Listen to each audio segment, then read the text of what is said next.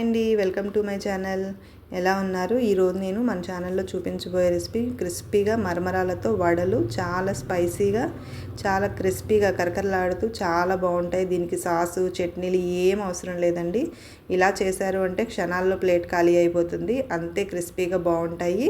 ఇంకెందుకు ఆలస్యం, ప్రతి ఒక్కరు ఇంట్లో ఉన్న ఇంగ్రీడియంట్స్తోనే చేసుకోవచ్చు. దీనికి పెద్ద ఇంగ్రీడియంట్స్తో కూడా పని లేదు.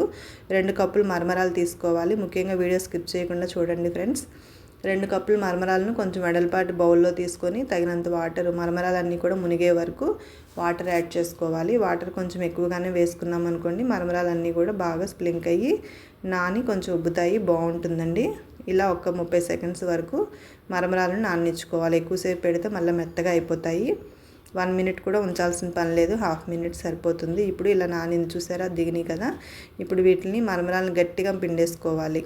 నేను వీడియోలో చూపిస్తున్న విధంగా వేరే బౌల్లోకి మరమరాలన్నీ చాలా గట్టిగా పిండి తీసుకోవాలి.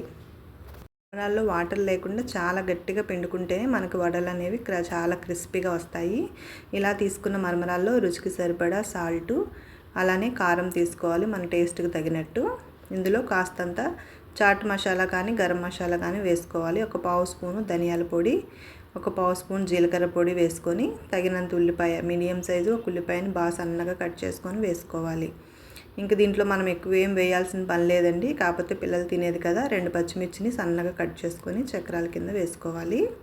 ఎక్కువ వేసామనుకోండి మళ్ళీ పిల్లలు కారం తగులుతుంది కదా, నేను అందుకే 2 పచ్చిమిర్చిని వేసుకున్నాను. అట్లానే ఫ్రెష్గా ఉన్న కరివేపాకు ఒక రబ్బని తీసుకొని ఇట్లా శుభ్రంగా కడిగి, ఈ కరివేపాకుని ఆకుపలంగా కాకుండా జస్ట్ ఇట్లా మనం సిజర్తో కట్ చేసుకున్నాం అనుకోండి, చాక్తో కానీ, చాలా ముక్కలుగా వస్తుంది, చాలా స్మూత్గా వస్తాయి. ఇట్లా కరివేపాకు అంతా కూడా కట్ చేసుకొని వేసుకోవాలి. అలాగే కాస్తంత కొత్తిమీర కాళ్ళు, కొత్తిమీరని కూడా వేసుకోవాలి. ఈ కొత్తిమీర కరివేపాకు అనేది బాగా ఉంటాయండి, మంచి స్పైసీగా తగులుతూ ఉంటాయి మధ్య మధ్యలో మనకి ఫ్లేవర్తో. ఇప్పుడు ఇవన్నీ కూడా బాగా కలిపేసుకోవాలి. మనం ఏమి వాటర్ ముందే యాడ్ చేయాల్సిన పని లేదు. ఇందులో మనం శనగపిండి యాడ్ చేసుకోవాలండి. శనగపిండి వచ్చేటప్పటికి 2 స్పూన్లు శనగపిండి, అట్లానే 2 స్పూన్ల వరకు బియ్యపిండి. ఏదైతే శనగపిండి కొలత తీసుకుంటామో అదే కొలత బియ్యపిండి. నేను ఇక్కడ 2 కప్పులు మరమరాల్లో కదా, ఎక్కువ కాకుండా పిండిలు అనేవి చాలా తక్కువగా వేశాను. ఇట్లా మనకు ముద్ద అవుతుంది చూసారు కదా, మరమరాల్లో ఉన్న తడే సరిపోతుంది. ఇవన్నీ కూడా ఇట్లా బాగా క్లమ్జీగా కలుపుకుంటూ నొక్కుతూ కలుపుకోవాలి. ఈ విధంగా కలుపుకోవడం వల్ల ఉల్లిపాయలు మరమరాల్లో ఉన్న తేమతోనే మనకి ఇవన్నీ కూడా ఇంగ్రీడియంట్స్ బాగా కలుస్తాయి. ఇవన్నీ కూడా బాగా క్లమ్సీగా కలిసిన తర్వాత కాస్తంత జస్ట్ ఒక 2 స్పూన్ల వరకు తగినంత వాటర్ యాడ్ చేసుకుంటున్నాను నేను ఇక్కడ. అంతేనండి, ఒక 2 స్పూన్ల వరకే ఉంటుంది వాటరు. వేసుకొని బాగా కలిపేసుకొని ఇట్లా బాల్స్ కింద చుట్టేసుకోవాలి. ఇలా బాల్లా వచ్చిన తర్వాత చేత్తో ఇలా ప్రెస్ చేసుకున్నాం అనుకోండి, వడలు అనేవి వచ్చేస్తాయి. మీకు ఎక్కడన్నా పగులుతున్నట్టు అనిపిస్తే ఇంకొకసారి రౌండ్ చుట్టుకొని ఇట్లా మనం చేసుకున్నాం అనుకోండి, వడలు అనేవి చాలా రెడీ అయిపోతాయి. ఈ వడలు అనేవి మనకు నచ్చిన సైజెస్లో వేసుకోవచ్చు. నేను ఇక్కడ మీడియంగా చిన్న సైజులోనే వేశాను. ఇప్పుడు డీప్ ఫ్రైకి సరిపడా ఆయిల్ తీసుకొని, ఆయిల్ బాగా వేడెక్కాలి.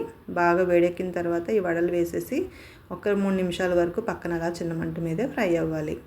వేసిన వెంటనే గరిటె వేసి కలిపేసామనుకోండి విడిపోతాయి. అప్పటికే నేను కదపకుండా చూసారా, కొంచెం పైన అంటుకున్నవన్నీ కూడా రాలిపోయినాయి. అయినా సరే మనకి వడలు అనేవి షేప్తో చక్కగా క్రిస్పీగా వస్తాయి. పైన ఏదైనా రద్దుగా ఉంటే అదంతా కూడా రాలిపోతుంది, ఇబ్బంది ఏం లేదు. చూడండి, క్రిస్పీగా మరమరాల వడలు అయితే రెడీ అయిపోయినాయి. స్టవ్ ఆఫ్ చేసుకొని వేడివేడిగా సర్వ్ చేసేసుకోవడమే. దీనికి చట్నీలు, పల్లీలు, సాసులతోనూ పని అస్సలు లేదు. హాయిగా వేడివేడిగా ఉత్త క్రిస్పీగా ఇవే తినేసేయచ్చు.